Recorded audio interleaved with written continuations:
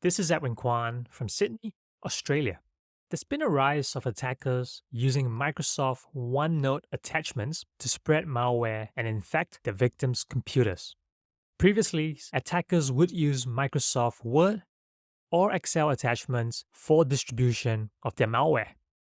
Those attachments would contain macros that would allow them to install malware, steal passwords, or even cryptocurrency wallets.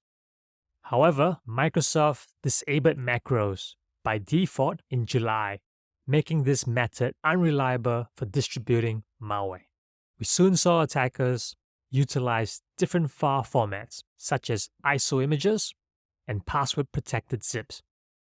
However, both 7-Zip and Windows recently addressed this by displaying scary security warnings when a user attempts to open downloaded ISO and zip files. Microsoft OneNote attachments are now the attacker's preferred file format.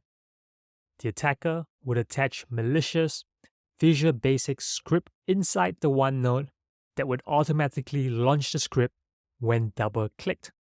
The best way to protect yourselves from malicious attachments is to simply not open files from people you do not know. However, should you mistakenly open one, do not disregard the warnings that are displayed by the operating system or the application. Listen to today's entire episode of It's 505 on your favorite podcast platform.